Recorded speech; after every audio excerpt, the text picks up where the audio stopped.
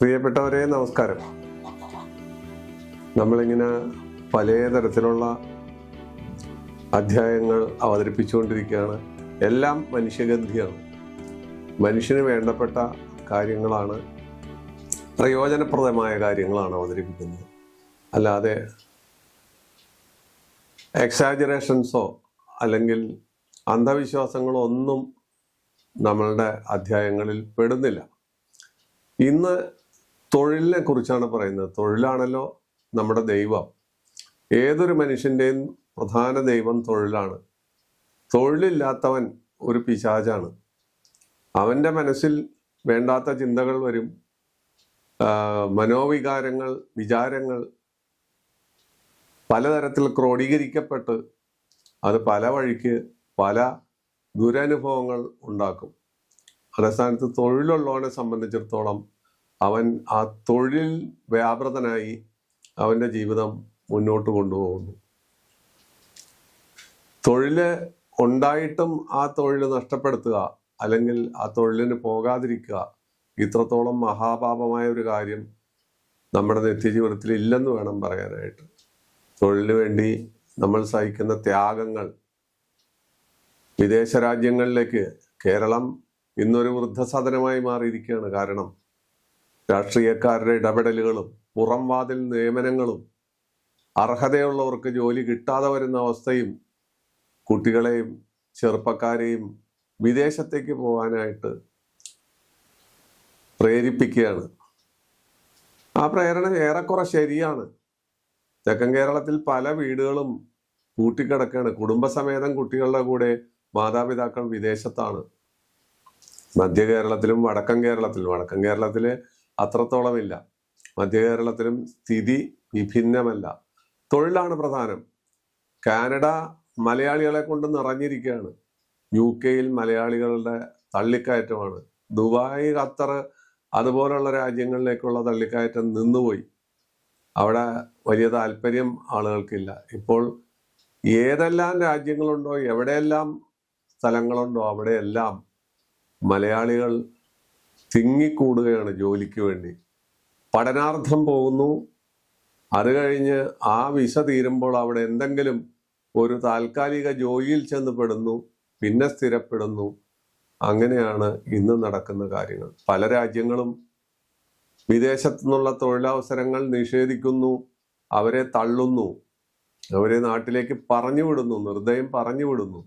ഇങ്ങനത്തെ അവസ്ഥയും നമ്മുടെ മുന്നിലുണ്ട്. നമ്മളിതെല്ലാം കണ്ടുകൊണ്ടിരിക്കുകയാണ്. അപ്പോൾ ഇന്ന് നമ്മൾ പരാമർശിക്കുന്ന വിഷയം, ഏത് ഗ്രഹങ്ങൾ അല്ലെങ്കിൽ ഏത് ഭാവാധിപനാണ് നമുക്ക് തൊഴിൽ തരുന്നത്. നമ്മളറിയാതെയാണ് നമ്മൾ തൊഴിലിൽ ചെന്ന് പെടുന്നത്. ഇന്ന തൊഴിൽ ചെയ്തോളാം എന്ന് ഗർഭപാത്രത്തിൽ നിന്ന് പുറത്തു വരുന്ന സമയത്ത് നമ്മൾ തീരുമാനിച്ചല്ല വരുന്നത്. നമ്മൾ പഠിക്കുന്നു, പഠനം വഴിമാറിപ്പോകുന്നു, ആഗ്രഹിക്കുന്നതായിരിക്കില്ല കിട്ടുന്നത്, വഴിമാറിപ്പോകുന്നു. അതൊക്കെ അതിൻ്റെ പിന്നിലുള്ള പ്രേരക ശക്തികളാണ് വഴിമാറിപ്പോകുന്നത്. ഡോക്ടറാവാൻ ആഗ്രഹിച്ചവൻ ചിലപ്പോൾ വൈദ്യനാകാം, വൈദ്യനാവാൻ ആഗ്രഹിച്ചവൻ ചിലപ്പോൾ കച്ചവടക്കാരനാകാം, കച്ചവടക്കാരനാവാൻ ആഗ്രഹിച്ചവൻ എഞ്ചിനീയർ ആകാം. ഇങ്ങനെ വഴിമാറിപ്പോകുന്നത് തികച്ചും ഗ്രഹങ്ങളുടെ നിശ്ചയമാണ്. ആ ഗ്രഹങ്ങളാണ് തീരുമാനിക്കുന്നത്. നവഗ്രഹങ്ങൾ 9 പേരാണ് കാര്യങ്ങൾ തീരുമാനമെടുക്കുന്നത്. നീ ഇന്ന തൊഴിൽ ചെയ്യണം, നീ വഴി തേണ്ടണം, അല്ലെങ്കിൽ നീ വേറെന്തെങ്കിലും പണി ചെയ്യണം എന്നെല്ലാം തീരുമാനിക്കുന്നത് ഇവരാണ്. ഇവരുടെ അജ്ഞാത ശക്തിയാണ്, അവരുടെ കരങ്ങളാണ് ഇതിൻ്റെ പുറകിലുള്ളതെന്നുള്ളതാണ് സത്യം. നമ്മളെ സംബന്ധിച്ചിടത്തോളം നമ്മുടെ 10ാം ഭാവം കൊണ്ടാണ് തൊഴിൽ എന്ന് പറയുന്ന സംജ്ഞ നമ്മൾ പൂർത്തീകരിക്കുന്നത്. ല എന്ന് തുടങ്ങുന്നിടന്ന് 10ാമതായി എണ്ണുന്ന സ്ഥലത്ത് നിൽക്കുന്ന ഗ്രഹമോ അല്ലെങ്കിൽ ആ ഗ്രഹത്തിൻ്റെ നവാംശാധിപനോ അല്ലെങ്കിൽ അതിൻ്റെ അധിപനോ ആരുമാകാം തൊഴിൽ. ഈ 2-3 കാര്യങ്ങളാണ് പ്രധാനമായിട്ട് വരുന്നത്. ഉദാഹരണം, ഇപ്പൊ കന്നി ലഗ്നത്തിന്റെ 10ാം ഭാവാധിപനും ലഗ്നാധിപനും ബുധനാണ്. അല്ലെങ്കിൽ തുലാം ലഗ്നത്തിന്റെ 10ാം ഭാവാധിപൻ ആരാണെന്ന് നോക്കിയാൽ നമുക്ക് എണ്ണിയാൽ കിട്ടും. കൃത്യമായി നമുക്ക് ആ കർമാധിപൻ ചന്ദ്രനാണെന്ന് നമുക്ക് കിട്ടും. അപ്പൊ ഓരോ ലഗ്നത്തിനും ഓരോ കർമാധിപന്മാരുണ്ടാകും. ആ കർമാധിപൻ നല്ല സ്ഥലത്താണ് നിൽക്കുന്നതെങ്കിൽ അവരുടെ സ്വഭാവം അനുസരിച്ച തൊഴിലായിരിക്കും നമ്മൾ ചെയ്യുന്നത്. കർമാധിപൻ മോശക്കാരനാവും, മൗഢ്യം വരിക, നീചം വരിക, അല്ലെങ്കിൽ ദുസ്ഥാനാധിപത്യം വരിക, പാപത്വം വരിക്കുക, കേന്ദ്രാധിപത്യ ദോഷം വരിക്കുക, ഇതൊക്കെ ചെയ്താൽ അതിന് വ്യത്യാസം വരും. അപ്പൊ ആ കർമാധിപന്റെ കാര്യം. പിന്നെ നമ്മള് 10ൽ നിൽക്കുന്ന ഗ്രഹം ആരാണ് എന്ന് നോക്കുക. ആ 10ൽ നിൽക്കുന്ന ഗ്രഹത്തിന്റെ സ്വഭാവം തൊഴിലിനെ ബാധിക്കും. ആ തൊഴിൽ തരുന്നത് അയാളുടെ സ്വഭാവമുള്ള തൊഴിലായിരിക്കും തരുന്നത്. നമ്മൾ അറിയാതെ ആ തൊഴിൽ ചെന്ന് വീണു പോവുകയാണ്. അപ്പൊ നമുക്ക് നോക്കാം. സൂര്യൻ തരുന്ന തൊഴിൽ എന്താണ്? സൂര്യൻ എവിടെ നിൽക്കട്ടെ, എന്ത് നിൽക്കട്ടെ, 10ൽ നിൽക്കട്ടെ അല്ലെങ്കിൽ 8ൽ നിൽക്കട്ടെ, എവിടെ നിൽക്കട്ടെ, സൂര്യന്റെ തൊഴിൽ എന്താണ്? ഓരോ ഗ്രഹത്തിനും ഓരോ തൊഴിലുണ്ട്. ആ തൊഴിലിനെ കുറിച്ചാണ് പറയുന്നത്. തൊഴിൽ എങ്ങനെയാണ് കിട്ടുന്നതെന്ന് ഞാൻ നേരത്തെ പറഞ്ഞെങ്കിലും നമ്മൾ സൂര്യന്റെ തൊഴിൽ എന്താണ്, സൂര്യനെ കൊണ്ടുള്ള ജോലി എന്താണ്?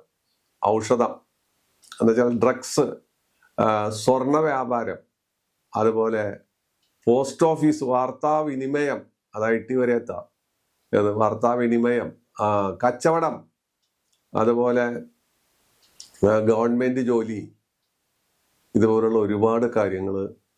ആദിത്യൻ തൊഴിൽദായകനായാൽ അല്ലെങ്കിൽ ആദിത്യൻ 10ൽ നിന്നാൽ, ആദിത്യൻ കർമാധിപനായാൽ അല്ലെങ്കിൽ കർമ്മസ്ഥാനത്ത് അംശിച്ചാൽ, ഇങ്ങനെ പല കാര്യങ്ങളും ഉണ്ട് കേട്ടോ. ഒരു കാര്യം മാത്രമല്ല, ഇങ്ങനെയെല്ലാമുള്ള കാര്യം വന്നാൽ ഇത്തരം തൊഴിലിൽ ചെന്ന് നമ്മൾ പെടുന്നു. ഇതാണ് ആദ്യത്തെ കാര്യം, സൂര്യനെ കൊണ്ടുള്ള കാര്യം. സൂര്യനെ കൊണ്ട് വേറെ ഒരുപാട് കാര്യങ്ങൾ നമുക്ക് പറയാനുണ്ട്. സൂര്യന്റെ പ്രത്യേകത, തൊഴിലും സൂര്യനുമായിട്ട് ബന്ധപ്പെട്ട സൂര്യൻ തരുന്ന തൊഴിൽ എന്താണ്, ആ തൊഴിലിന്റെ ഒരു ചെറിയ ക്രോസ് സെക്ഷൻ ആണ് ഞാൻ ഇവിടെ എടുത്തിട്ടത്.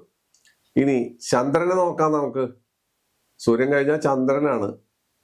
ചന്ദ്രൻ കർമ്മഭാവത്തെ, തൊഴിൽ ഭാവത്തെ പ്രതിനിധീകരിക്കുന്നു, അല്ലെങ്കിൽ ചന്ദ്രൻ ആ തൊഴിലിനെ ബാധിക്കുന്നു. ചന്ദ്രൻ 10ാം ഭാവത്തിൽ നിൽക്കുന്നു, അല്ലെങ്കിൽ ചന്ദ്ര നവാംശകമായി 10ാം ഭാവം വരുന്നു. അങ്ങനെയൊക്കെയുള്ള കാര്യങ്ങൾ വന്നാൽ ചന്ദ്രന്റെ തൊഴിൽ എന്താണ്? ആ ചന്ദ്രന്റെ തൊഴിലുമായിട്ട് ബന്ധപ്പെട്ട തൊഴിലായിരിക്കും ഈ വ്യക്തി ചെയ്യുന്നത്, ഈ കുട്ടി ചെയ്യുന്നത്, അല്ലെങ്കിൽ ആ പെൺകുട്ടി ചെയ്യുന്നത്.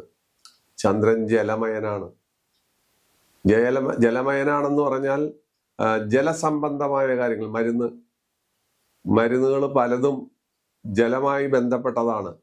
അതുപോലെ ജലമയ വസ്തുക്കൾ അനേകമുണ്ട്. ഹോട്ടൽ വ്യാപാരം, മറ്റു കാര്യങ്ങളിലെല്ലാം ജലമായി ബന്ധപ്പെട്ടിട്ടുണ്ട്.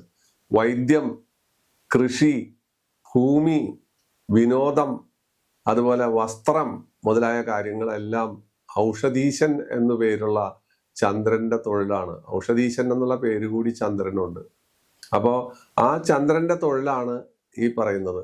ആ ചന്ദ്രൻ ഞാൻ നേരത്തെ പറഞ്ഞ രീതിയിലുള്ള ഭാവങ്ങളുമായി സ്പർശിച്ചാൽ, അവിടെ നിന്നാൽ, അതിന്റെ സ്വാധീനം അവിടെ ഉണ്ടെങ്കിൽ ചന്ദ്രൻ തരുന്ന തൊഴില് ഇതായിരിക്കും. ഇത് കഴിഞ്ഞു ഇനി കുജൻ വളരെ ഗൗരവക്കാരനാണ്. ഏതാണ്ട് ചുവപ്പോടടുത്ത നിറമാണ് അയാളുടേത്. അയാൾ ശക്തനാണ്, അയാൾക്ക് രജോ ഗുണമുണ്ട്, ക്ഷത്രിയനാണ്. യുദ്ധം, പട്ടാളക്കാരിൽ ഭൂരിഭാഗം, പോലീസുകാരിൽ ഭൂരിഭാഗം, അതുപോലെ NCC, നേവി, ഫയർഫോഴ്സ്, അതുപോലെ വെടിക്കെട്ട് വ്യാപാരം. വെടിക്കെട്ട് വലിയ വലിയ ഉത്സവത്തിനൊക്കെ പണ്ട് ഞങ്ങളുടെ കുട്ടിക്കാലത്തൊക്കെ തൃശ്ശൂർ പൂരത്തിന് പോകുമ്പോൾ വെടിക്കെട്ട് ആരൊക്കെയാണ് അതിൻ്റെ? തിരുവമ്പാടിയുടെയും പാറമേക്കാവിൻ്റെയും വെടിക്കെട്ടുകാർ, ചേലപ്പാടൻ അന്തോണി, വടക്കത്തല കൊച്ചാപ്പു, അവരൊന്നും ഇന്നില്ല. അവരെയൊന്നും ആരും ഓർക്കുകയില്ല. ഞങ്ങളുടെ കുട്ടിക്കാലത്ത് കാളയിലൊക്കെ പഠിക്കുമ്പോൾ തൃശ്ശൂർ പൂരത്തിന് പോകുമ്പോൾ കണ്ടങ്കാളിയും വാധവൻ ബ്രദേഴ്സ് കോഴിക്കോട്ടുകാരാണ്. അവര് റോക്കറ്റിൽ പട്ടിയെ വിട്ട ആളുകളാണ്. റോക്കറ്റിൽ പട്ടിയെ വിട്ട് സുരക്ഷിതമായി താഴ്ത്തു കൊണ്ടുവന്ന ആൾ. ഇവരെല്ലാം, ഇത്തരം തൊഴിലുകാരെല്ലാം അവർ നല്ല സർജന്മാര്, സർജറി ചെയ്യുന്ന ഗൈനക്കോളജിസ്റ്റുകളായാലും മെയിൽ ഡോക്ടർമാരായാലും ചൊവ്വയുടെ സ്വാധീനമുള്ളവരായിരിക്കും. ചൊവ്വ തരുന്ന തൊഴിലാണിത്, ഈ പറയുന്ന തൊഴിലുകൾ. അറിയാതിരിക്കേണ്ട, ചൊവ്വയുടെ സ്വാധീനം സ്വക്ഷേത്രത്തിലോ അല്ലെങ്കിൽ കർമ്മസ്ഥാനത്തോ കർമ്മസ്ഥാനത്ത് അംശിക്കുകയോ അല്ലെങ്കിൽ അത്തരത്തിലുള്ള കാര്യങ്ങൾ വന്നു കഴിഞ്ഞാൽ കിട്ടുന്ന തൊഴിലാണ് ഞാൻ ഈ പറഞ്ഞ ചെറിയ കാര്യങ്ങളെ പറഞ്ഞുള്ളൂ. ഒരുപാടുണ്ട്, ഒരുപാട് തൊഴിലിനെ കുറിച്ച് പറയാം. പക്ഷെ ഞാൻ അധ്യായം ചുരുക്കാൻ വേണ്ടി തൊടിയിച്ച് പറയുകയാണ്. അപ്പൊ ചൊവ്വ ചെയ്യാവുന്ന തൊഴിൽ, ചൊവ്വയുമായി ബന്ധപ്പെട്ട പോലീസുകാരുടെ അല്ലെങ്കിൽ ഇൻസ്പെക്ടർ ചൊവ്വയ്ക്ക് അടിമത്തമുണ്ട്. അതുകൊണ്ട് പോലീസ്, പട്ടാള വകുപ്പുകാർക്ക് എല്ലാം സ്ഥാനബലം ഉണ്ടെങ്കിലും വലിയ വലിയ പൊസിഷൻ ഉണ്ടെങ്കിലും അടിമത്തമുണ്ട്. അവര് മേലധികാരികളുടെ മുമ്പിൽ ഒന്നും അല്ലാതായി തീരും. നമ്മുടെ മുമ്പിൽ മീശ പറിക്കുന്നവൻ മേലധികാരികളുടെ മുമ്പിൽ പുല്ല് പറിക്കും. അങ്ങനെയൊക്കെയുള്ള അവസ്ഥ ചൊവ്വയ്ക്കുണ്ട്. പക്ഷെ ചൊവ്വ കേമനാണ്. ചൊവ്വയുടെ അധിപൻ സുബ്രഹ്മണ്യനാണ്. സുബ്രഹ്മണ്യനെ അറിയാമല്ലോ, സുബ്രഹ്മണ്യന്റെ സ്വഭാവവും നമുക്കറിയാം. അപ്പൊ കുജന്റെ തൊഴിൽ പറഞ്ഞു, കുജനുമായി ബന്ധപ്പെട്ട തൊഴിൽ പറഞ്ഞു. ഇനി ബുധനാണ്. ബുധൻ വളരെ സൗമ്യനും സൂത്രക്കാരനും കറുകനാമ്പിന്റെ നിറമുള്ളവനും അതുപോലെ എല്ലാ അർത്ഥത്തിലും നല്ല ഒരു ഗ്രഹമാണ്. വിദ്യയുടെ അധിപനാണ്. വിദ്യയുടെ അധിപനായതിന്റെ കഥയൊക്കെ ഞാൻ ബുധനെ കുറിച്ച് പറഞ്ഞപ്പോൾ പലകുറി പറഞ്ഞ കാരണം ആവർത്തിക്കുന്നില്ല. അപ്പൊ അത് ബുധനുമായിട്ട് ബന്ധപ്പെട്ട തൊഴിൽ. ഇപ്പൊ ബുധൻ ലഗ്നാധിപനായി കർമാധിപത്യം വഹിച്ച് വർഗോത്തമൊക്കെ ചെയ്യാന്നൊക്കെ പറയുന്ന പരിപാടിയുണ്ട്. വർഗോത്തമം ചെയ്യാന്ന് വെച്ചാൽ നിന്ന സ്ഥലത്ത് തന്നെ നിൽക്കുക. അങ്ങനെയൊക്കെയുള്ള ആളുകള് വലിയ വലിയ സാഹിത്യകാരന്മാരോ എഴുത്തുകാരോ അല്ലെങ്കിൽ കണക്ക് ശാസ്ത്ര വിദഗ്ധന്മാരോ എഞ്ചിനീയർമാരോ ചാർട്ടേഡ് അക്കൗണ്ടന്റ്മാരോ അല്ലെങ്കിൽ പുരോഹിതന്മാർ, നമ്മുടെ ക്ഷേത്ര പുരോഹിതന്മാർ, സ്വാത്വികരായ പുരോഹിതർ, അവരെല്ലാം ബുധന്റെ സാന്നിധ്യം, ബുധന്റെ തൊഴിലാണ് ചെയ്യുന്നത്. ബുധന് വേറെ തൊഴിലുകളുണ്ട്, ധാരാളം തൊഴിലുകൾ ബുധനുണ്ട്. അപ്പോ അതില് പ്രധാനപ്പെട്ട കാര്യമാണ് പറഞ്ഞത്. ബുധന് മൗഢ്യം വരാൻ പാടില്ല, അല്ലെങ്കിൽ ബുധന് പാപൻ തീണ്ടാൻ പാടില്ല. ബുധനെ മറ്റുള്ളവർ തൊട്ടാൽ ആ ബുധൻ പാപനായി അവന്റെ സ്വഭാവം പുറത്തേക്ക് വിടുന്നു. ഇതൊക്കെ ഇങ്ങനെയുള്ള ഒരുപാട് എക്സെപ്ഷണൽ കേസുകളും ഇതിനകത്തുണ്ട്. അത് ഇദ്ദേഹം പറഞ്ഞു, ബുധൻ ഇങ്ങനെ നിൽക്കണ്ട, എന്റെ ജാതകത്തിൽ ബുധൻ ഇങ്ങനെയാണ് അങ്ങനെയാണ്, ഞാനിതൊന്നും അല്ലല്ലോ വേറൊന്നാണല്ലോ എന്ന് പറയുന്നതിന് അവിടെ നമുക്ക് നിയമങ്ങളുണ്ട്, ഒരുപാട് നിയമങ്ങളുണ്ട്. ബുധൻ കഴിഞ്ഞാൽ പിന്നെ വ്യാഴം, ഗുരു എന്ന് പറയുന്ന വ്യാഴം ഏറ്റവും സ്വാത്വിക ഗ്രഹമാണ്. എല്ലാ അനുഗ്രഹങ്ങളും നമുക്ക് തരും. നല്ല സ്ഥലത്താണെങ്കിൽ നമുക്ക് വളരെയധികം ഗുണം തരും. ജഡ്ജി, വക്കീൽ പണി, ട്രഷറി, ബാങ്ക്, അധ്യാപക വൃത്തി, പുരാണ പാരായണം അല്ലെങ്കിൽ പുരാണ വസ്തുക്കളിൽ, പുരാണ പുസ്തകങ്ങളിൽ താല്പര്യം, മന്ത്രിസ്ഥാനം, ഇങ്ങനെയൊക്കെയുള്ള ഒരുപാട് കാര്യങ്ങൾ വ്യാഴം കർമാധിപനാവുകയോ അല്ലെങ്കിൽ കർമ്മസ്ഥാനത്ത് ദൃഷ്ടി ചെയ്യുകയോ അല്ലെങ്കിൽ കർമ്മസ്ഥാനത്ത് അംശകം ചെയ്യുകയോ ചെയ്താൽ വ്യാഴത്തിൻ്റെതായ തൊഴിലായിരിക്കും നമുക്ക് കിട്ടുന്നത്. വ്യാഴം നല്ല സ്ഥലത്ത് നിന്നാൽ വ്യാഴം തരുന്ന തൊഴിലിനെ കുറിച്ചാണ് പറയുന്നത്.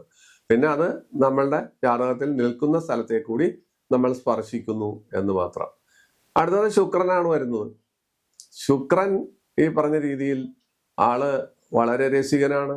എവിടെ നിന്നാലും ഗുണം തരുന്നതാണ്. അപൂർവ സ്ഥലത്ത് മാത്രമേ അയാൾ ദ്രോഹം ചെയ്യുള്ളൂ. എവിടെ നിന്നാലും ശുക്രൻ ഗുണം തരും. ശുക്രാചാര്യൻ അങ്ങനത്തെ ആളാണ്. എല്ലാ സന്തോഷങ്ങളുടെയും കാരകനാണ് അയാള്. സ്വർണ വ്യാപാരം പ്രധാനം, വസ്ത്ര വ്യാപാരം അതിലും പ്രധാനം. അതുപോലെ ഗവൺമെന്റ് ജോലി തരുന്നയാളാണ്. ആന, കുതിര മുതലായ സാധനങ്ങളുടെ ഉടമസ്ഥത വഹിക്കുക. നൃത്തം, സംഗീതം, പാട്ട്, കല മുതലായ കാര്യങ്ങളിലെല്ലാം, രതികല, ഈ വക കാര്യങ്ങളിലെല്ലാം ശുക്രന്റെ തൊഴിലുകളാണ്. ശുക്രൻ എവിടെ നിന്നാലും എങ്ങനെ നിന്നാലും അത്തരം തൊഴിലുകളായിരിക്കും. പ്രത്യേകിച്ച് കർമ്മസ്ഥാനത്ത് കർമാധിപത്യം വഹിച്ചു നിൽക്കുക, അല്ലെങ്കിൽ കർമ്മസ്ഥാനത്തേക്ക് ദൃഷ്ടി വരിക, അല്ലെങ്കിൽ കർമ്മസ്ഥാനത്ത് അംശകസ്ഥാനം വരിക, ഇങ്ങനെയൊക്കെയുള്ള കാര്യം വന്നാൽ ശുക്രന്റെ തൊഴിലായ ഈ തൊഴിലായിരിക്കും ആളുകൾ ഏർപ്പെടുന്നത്. സർക്കാർ ജോലിക്കാർ, അതുപോലെ പല തരത്തിലുള്ള നിലയിലുള്ള ആളുകൾ, ശുക്രന്റെ വലിയ ഗായകര്, അഭിനേതാക്കള്, ഇവരെല്ലാം ശുക്രന്റെ സ്വാധീനം ഉണ്ടാവും. ശുക്രൻ കൊടുക്കുന്ന തൊഴിലാണ് അത്. അപ്പൊ ഇനി അടുത്തത് ശനി തരുന്ന തൊഴിലാണ്. ശനി മുഷിഞ്ഞ ഒരാളാണ്, മലിന വസ്ത്രധാരിയാണ്, കറുത്ത നിറമാണ്, കറുത്ത വസ്ത്രമാണ്, നീല ശംഖുപുഷ്പമാണ് കക്ഷിക്ക് ഇഷ്ടം. എള്ള് വളരെ ഇഷ്ടപ്പെട്ട കാര്യമാണ്, എണ്ണ വളരെ ഇഷ്ടപ്പെട്ട, ഇതൊക്കെ ശനിയുടെ സ്വഭാവങ്ങളൊക്കെ നമ്മൾ പലതും പഴയത്തും പറഞ്ഞിട്ടുണ്ട്. പക്ഷെ ശനിയുടെ തൊഴിലിനെ കുറിച്ച് പറഞ്ഞാൽ ദാസ്യവൃത്തി, മറ്റുള്ളവരുടെ കീഴിൽ ജോലി ചെയ്യുക, മറ്റുള്ളവരുടെ മോടിക്കാരനായിട്ടോ അല്ലെങ്കിൽ അവരുടെ ഭൃത്യനായിട്ടോ കണക്കപ്പിള്ളയായിട്ടൊക്കെ ജോലി ചെയ്യുക, അങ്ങനത്തെ തൊഴിലുകൾ. ഭാരിച്ച ജോലി, ചുമട് ചുമക്കുക, ശില്പവിദ്യകൾ ചെയ്യുക, അതുപോലെ മരപ്പണി ചെയ്യുക, മരാമത്ത് പണികൾ ചെയ്യുക, പിന്നെ ജയിൽ വകുപ്പിൽ ജോലി ചെയ്യുക. എന്നാൽ ന്യായാധിപനും ആവാം. വലിയ ന്യായാധിപന്മാരുടെ ജാതകം പരിശോധിച്ചാൽ ശനി കർമാധിപത്യം വഹിക്കുന്നതോ അല്ലെങ്കിൽ ആ ശനി കർമാധിപത്യമോ ലഗ്നാധിപത്യമോ വല്ലതൊക്കെ വഹിച്ച് വർഗോത്തമം ചെയ്യുന്നതൊക്കെ ആയിട്ട് നമുക്ക് കാണാം. വർഗോത്തമം ചെയ്യാന്ന് വെച്ചാൽ ഒരു ഗ്രഹം അംശകത്തിലും ഗ്രഹനിലയിലും ഒരേ സ്ഥലത്ത് തന്നെ നിൽക്കുന്നതിനാണ് ആ വാക്ക് പറയുന്നത്. തെറ്റിദ്ധരിക്കേണ്ട, വലിയ വാക്കല്ല, വളരെ ചെറിയ കാര്യമാണ്. പക്ഷെ അതിന്റെ പേര് വർഗോത്തമം എന്നാണ്. അപ്പൊ ശനി തരുന്ന തൊഴില് ഇതാണ്, ശനിയായിട്ട് ബന്ധപ്പെട്ട തൊഴിലുകൾ ഇതാണ്. അപ്പോ നമ്മൾ എന്തെല്ലാം പറഞ്ഞു? സൂര്യൻ മുതൽ ശനി വരെയുള്ള ഗ്രഹങ്ങളുടെ എല്ലാ കാര്യങ്ങളും തൊഴിലുകളും നമ്മളിവിടെ സൂചിപ്പിച്ചു. ഇത്തരം തൊഴിലുകളായിരിക്കും നമുക്ക് ലഭിക്കുന്നത്. ഇവിടെ നിന്ന് ഓടിപ്പോയി അമേരിക്കയിൽ ചെല്ലുന്നവന് കിട്ടുന്ന ജോലിയോ കാനഡയിൽ ചെല്ലുമ്പോൾ ചെന്ന് കിട്ടുന്ന ജോലിയോ അവരെ ആഗ്രഹിക്കുന്നതായിരിക്കില്ല. അവരുടെ തലയിലെഴുത്ത് ഇങ്ങനെയായിരിക്കും, അവരുടെ ഗ്രഹനില ഇങ്ങനെയായിരിക്കും. അപ്പൊ അതനുസരിച്ചായിരിക്കും അവന് തൊഴിൽ കിട്ടുന്നത്. എനിക്ക് എന്ത് തൊഴിൽ കിട്ടും എന്നവന് അറിയുന്നില്ല. അവന് തൊഴിൽ കിട്ടുമ്പോഴേ അറിയുള്ളൂ. ആ തൊഴിൽ കിട്ടിക്കഴിഞ്ഞ് പിന്നെ നമ്മളിത് പരിശോധിക്കുമ്പോഴാണ് ഇവന് ഈ തൊഴിലിനെ അർഹതയുള്ളൂ, മറ്റൊരു തൊഴിലിന് അർഹതയില്ല എന്ന് നമുക്ക് മനസ്സിലാവും. ഒരാൾ പട്ടാളത്തിൽ ചേരുന്നു, ഒരു ഗതിയും പരഗതിയും ഇല്ലാതെ ആയിരിക്കും അവൻ പട്ടാളത്തിൽ ചേരാൻ പോകുന്നത്. ആ പട്ടാളത്തിൽ ചേർന്ന് അവൻ ഹവിൽദാറായിട്ടോ മേജറായിട്ടോ അല്ലെങ്കിൽ മറ്റെന്തെങ്കിലും ആയിട്ട് റിട്ടയർ ചെയ്ത് വരുമ്പോഴാണ് നമ്മൾ ഇക്കാര്യം മനസ്സിലാക്കുന്നത്. ഇവന്റെ കുജൻ ഇന്നിന്ന സ്ഥാനത്താണ് നിൽക്കുന്നത്, അയാളാണ് ഈ തൊഴിൽ കൊടുത്തത് എന്ന് നമുക്ക് മനസ്സിലാകുന്നത്. അപ്പൊ ഓരോരുത്തർക്കും തൊഴിൽദായകനായിട്ട് ഓരോ ഗ്രഹങ്ങളുണ്ട്. ആ ഗ്രഹങ്ങളുടെ തൊഴിലും ആ ഗ്രഹങ്ങളുടെ സ്വഭാവവുമാണ് തൊഴിലില് അവർ ഉൾക്കൊള്ളുന്നത് എന്ന് കാണിക്കാനാണ് ഈ കൊച്ചു അധ്യായം ചെയ്തത്. ഈ അധ്യായം നിങ്ങൾ മനസ്സിലാക്കുക, നിങ്ങളുടെ തൊഴിൽദായകനെ അല്ലെങ്കിൽ കർമാധിപനെ കണ്ടെത്തുക, അയാളുടെ നിലകൾ കണ്ടെത്തുക, അയാളുടെ മറ്റ് വിശേഷങ്ങൾ കണ്ടറിയുക. എന്നിട്ട് ആ തൊഴിലിന്റെ പാതയിലേക്ക് പോയാൽ നിശ്ചയമായും വിജയമുണ്ടാകും. ഇത്രയും പറഞ്ഞ് തൽക്കാലം ഈ അധ്യായം ഇവിടെ നിർത്തുന്നു. നിങ്ങൾക്ക് നന്ദി, നമസ്കാരം.